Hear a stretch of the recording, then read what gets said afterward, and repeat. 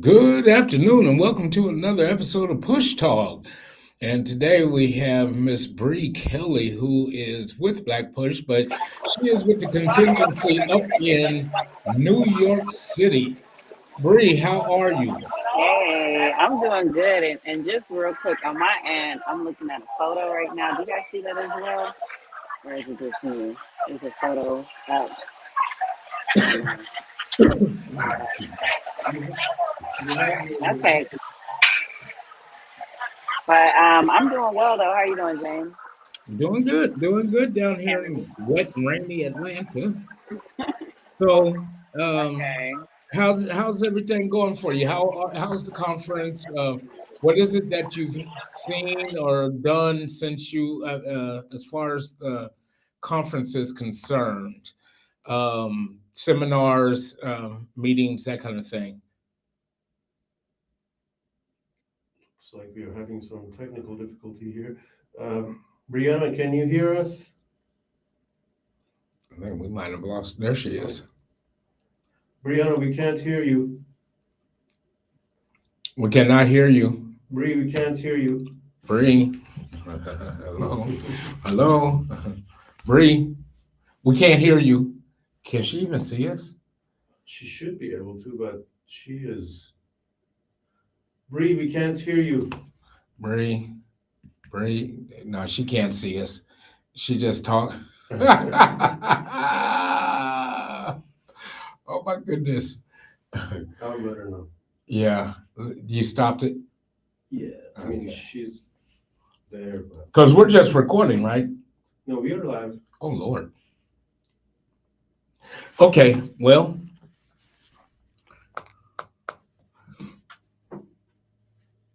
I guess I need to fill it in, huh? All right, since we are live, so we do want to We recognize. couldn't hear you, Bree. Are you there? Bree, can you hear us? No, we, no, can't hear you. Okay, we're having technical difficulties. She's in a difficult area, so until I'll move on until she can is able to come back in with us. So I was beginning to say we have a new elected confirmed Supreme Court judge. Yes, we do. Yes, as of this afternoon, maybe about an hour or so ago, Katanji Brown Jackson, who had been uh, under scrutiny and has gone through the gauntlet as far as dealing with receiving questions and confirmation hearings and whatnot. Um, she has, well, she's passed. And she was voted in today, 53 to 47. That's a victory. Which is a great thing because she is by far one of the most intelligent and qualified people to hold that position as it stands, as it looks and stands today. So congratulations to Justice Ketanji Brown Jackson on her not only being nominated but being confirmed. And so it's a wonderful, wonderful thing. It's great for people of color. Not that we didn't have, we've had several that were uh, males, but no females. And so now we have the very first female, and it's taken what they say about 235 years or something on the Supreme Court, and Right. first African American female. We may have Brianna back on the line. Yes. Right. Okay, can you guys hear me? Can you Yes. hear me? Okay. I don't know where we left. I couldn't hear you, James. I guess you couldn't hear me Well, we'll just either. start from the beginning. But I was asking about the seminars and meetings that you have gone to. Um, Okay. Yeah. So I don't know how much you guys heard because I was really on a tangent. But at first, I was discussing yesterday's panel briefly, which was about police reform, and that involved Attorney Benjamin Crump, who represented Ahmaud Arbery.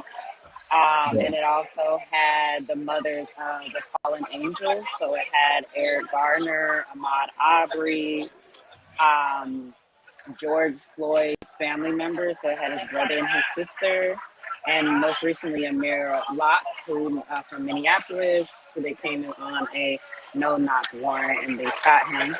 So they had that, and I said that, and basically I was saying that that was a very spiritual, or not even a spiritual, that was a very emotional panel just to witness all of those mothers there. But it was also empowering to know that they're still there no matter what. And also Trayvon Martin's mother, um, she was on there as well. So Sabrina. So bless them, and I was glad to see them. So other than that, today we had a media panel. So and the media panel was really good. It just talked about how media influences, Black culture, and how media is used for the good of Black people, and also the negative effects as well. So the first person, um, his name was Jonathan Lemire. So he's a host for Way Too Early, which is on MSNBC. So so on this clip that we're about to show, he's just discussing the different effects of media. So you guys can go ahead and just show that. It still is, and I covered every single day of the Trump administration. They weren't too interested in trying to fix that. And I think there's going to be a lot of pressure now on the current administration, but also Congress and city and state governments to do so. And at this point, it feels like the official response is, this is over, let's move on, as opposed to saying, this is the moment to try to make real change.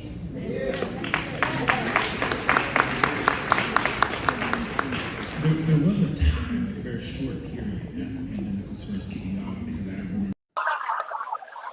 Yeah. So in that video, he's also it's kind of like basing it off of, and they were specifically talking about like what happened with George Floyd.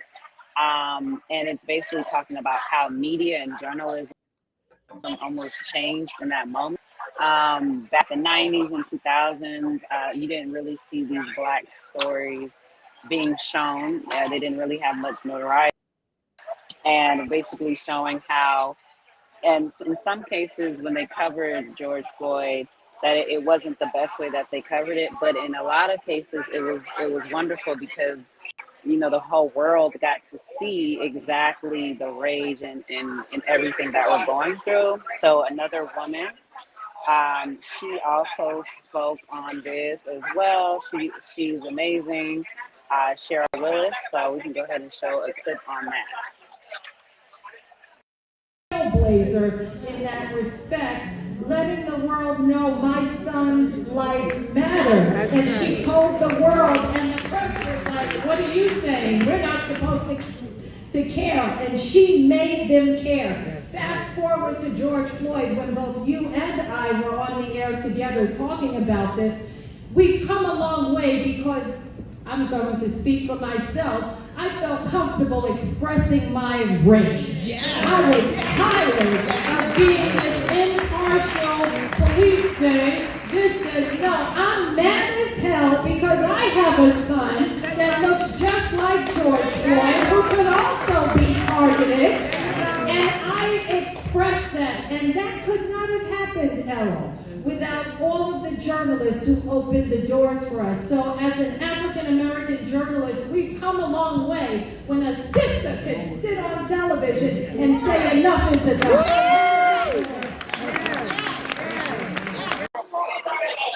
Yeah. sounds like Yeah. that was good stuff. Yeah, that was good, and I agreed with her, and honestly, George Floyd, like even though that was such a traumatic event that happened or thing that happened, I felt like Black media did such a great way portraying that and just showing and humanizing it. So that's why you saw so many different people, whether you were, Black, white, Asian, whatever. You saw them sympathize with this because of how the media did this, and because so many Black journalists were behind it. And I'm a journalism major, so I do feel like now journalism has kind of been watered down, and it's kind of just like opinions and just people coming up with whatever type of stuff. So to see these panelists of journalists was very inspiring. And we also have Londell McMillan. So he's the publisher of The Source, and that was cool because that's a hip hop based source, but he was talking about because a lot of the young people don't care about media and news. The You said Source, what? the Source magazine, music Yes, magazine. Yes. yeah, The Source Music Magazine. Yep. So he is the publisher for that, and it was important for him to speak because he wants to kind of tie in the younger folks, and he wants them to actually care about what's going on. Indeed. So yeah, so we have a picture of him for that, but he spoke. Yeah, that's him. And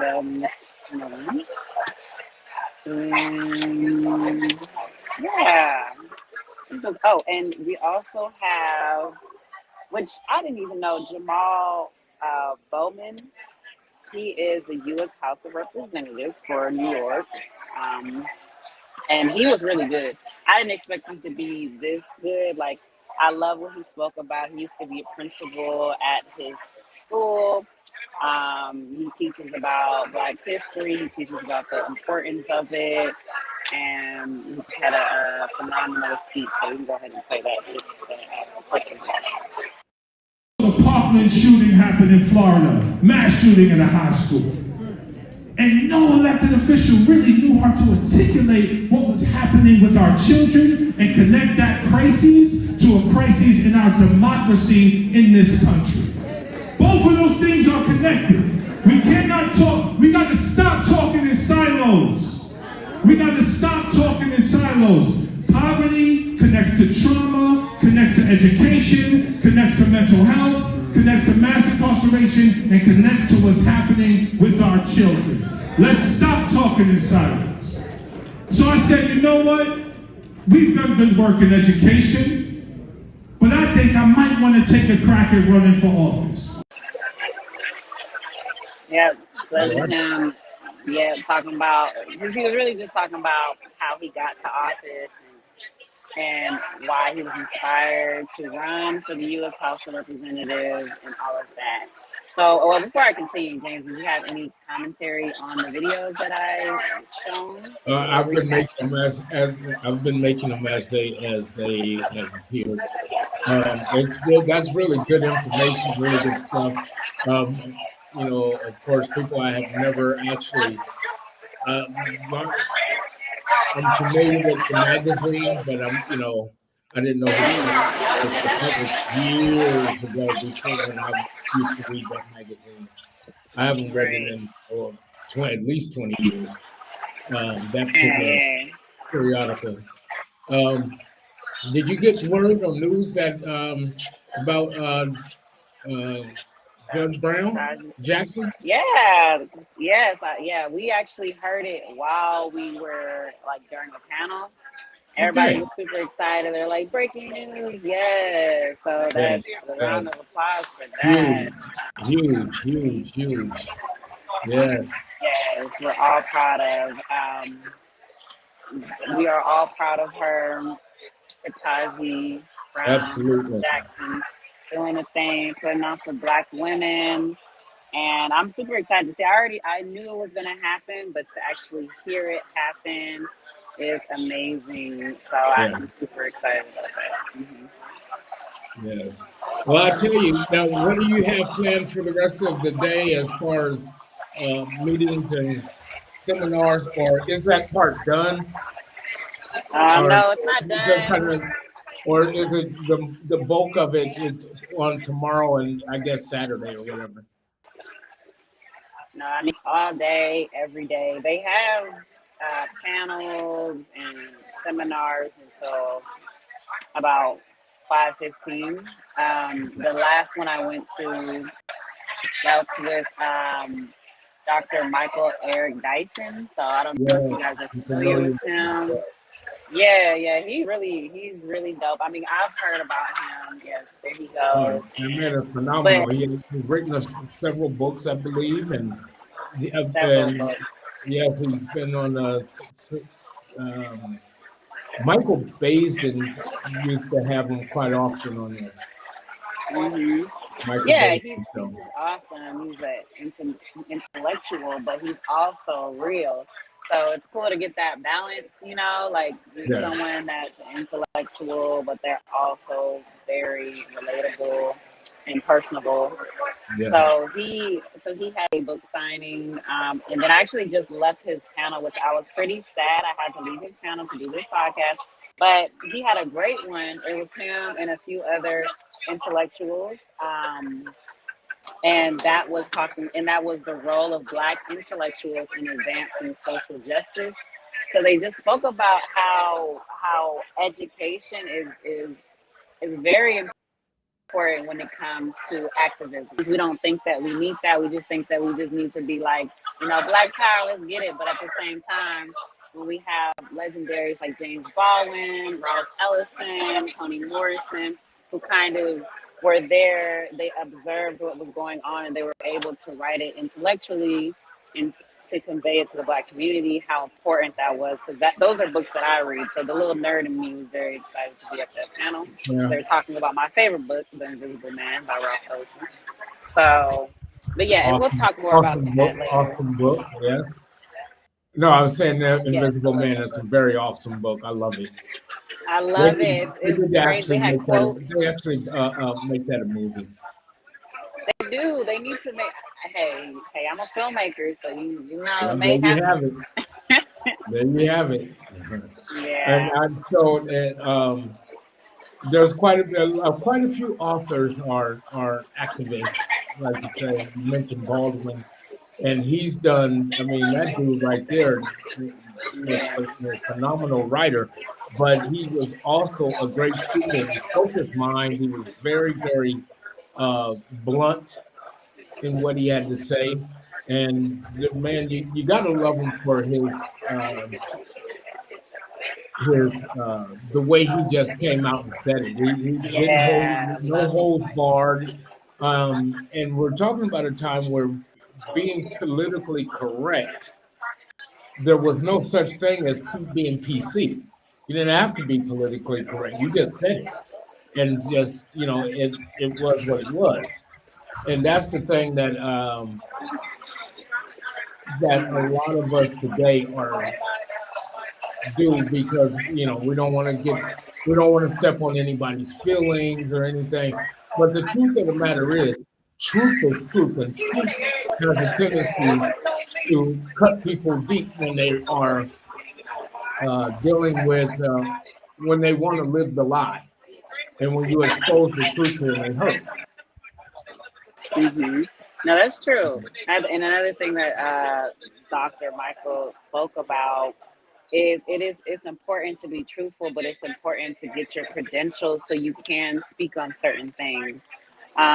What made James Baldwin, what made us listen to him so well is because he did those research. He did that research. He actually was in the community. He wrote. He came. He observed what happened with Malcolm X. He observed what happened in the community. He wrote phenomenal books from his experience. Yeah, And it's just important that we take education serious, just because we didn't really have that opportunity. And I like that he spoke about that, because I do think far too often we think we can just jump to that level, like we think we can just jump to activism, but there's a process that needs to happen, and once we go through that process and we mind, then we can educate other people efficiently, so effectively. right. That's right. But Wonderful. yeah, Wonderful. So and tomorrow is shaping up to look like another busy day like today, is it not? Yeah, it is. Well, today I'm going to one more panel, which is criminal justice, protecting our communities while preserving equal justice under the law. So I'm going to that one. That's the last one that I'll go to. And tomorrow is a long day. That will be more so geared towards HBCUs. So, Nice. and I went to HBCU. Shout out to Hampton University. So, I will be, going to a number of panels tomorrow as well. But it's exciting work, so I'm excited. All right. Well, then don't forget about us down here in the office down here in Atlanta. Mhm. Don't forget about us. I And won't. I thank won't. you so very much for joining us on today. I know your schedule is kind of tight and busy, so I'm going to let you go and enjoy yourself at the various discussions. But again, I just want to say thank you for taking the time to be with us on today on Push Talk, and it was great to see you. Anything else you want to leave any closing remarks?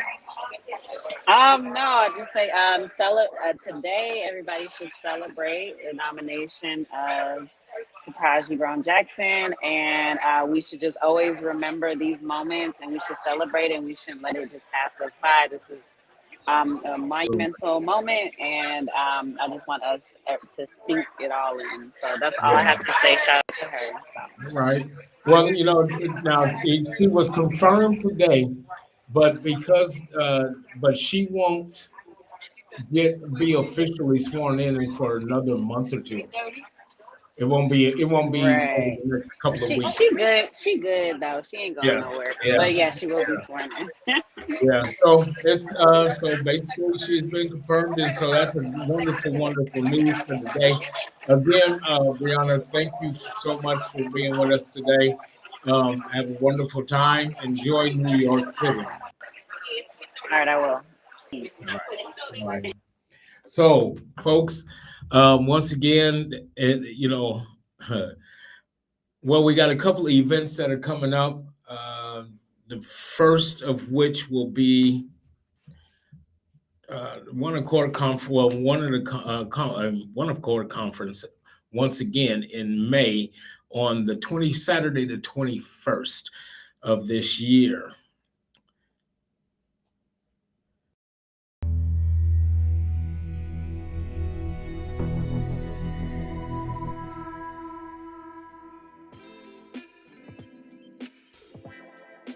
I saw the Statue of Liberty getting ready to blow out a torch. I said, but Lady Liberty, give me one more chance. She said, well, give me your best shot, or we're going to have a meeting, Lady Liberty. And let me tell you, it's about one accord. One accord is what we need. Bible says that when they got on one accord, nobody lacked because they were on one accord. With this kind of energy, even in our community, we too will be able to push back the soot. I need them to stand up for that which is right. Stand up for the poor. Stand up for the women. Stand up for all of God's children. And let's be on one accord. One accord.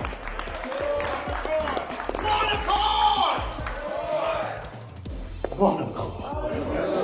Be ye not only hearers of the word, but be ye doers. Are you ready to do? Awesome. Yeah, that's exciting, man. It's getting me pumped up. I'm ready to get out there to Stapleton, Georgia, out there in Jefferson County. So we look forward to having you all come and join us. Also, just as a reminder, on April 12th, which is next week, Tuesday, we'll be doing a massive voting rights prayer, march, and rally, which is brought to us by a number of churches and organizations, Black Push being one of them, First Iconium Baptist, New Birth, and a host of others. So, with that being said, folks, if you have the time to come on out at 11 a.m. to come join us, please do so. We would love to have you. Again, go to our website. You'll be able to check out the flyer and everything, and download it to your phone, or so you can get your directions and your bearings, and just come ready to support voting rights. All right. So, and I think that's it for our show on today. Thank you all for joining us here at Black Push Talk. And again, register to vote. Make sure you're registered to vote. Register to vote, if not. And then make sure you do your due diligence in knowing the various laws that may be coming into play, the candidates that are running, and make sure you know the issues are, so you can make an informed choice, and make sure that you vote for someone that is going to have your best interest at heart. All right. So until then, God bless you. Have a great day.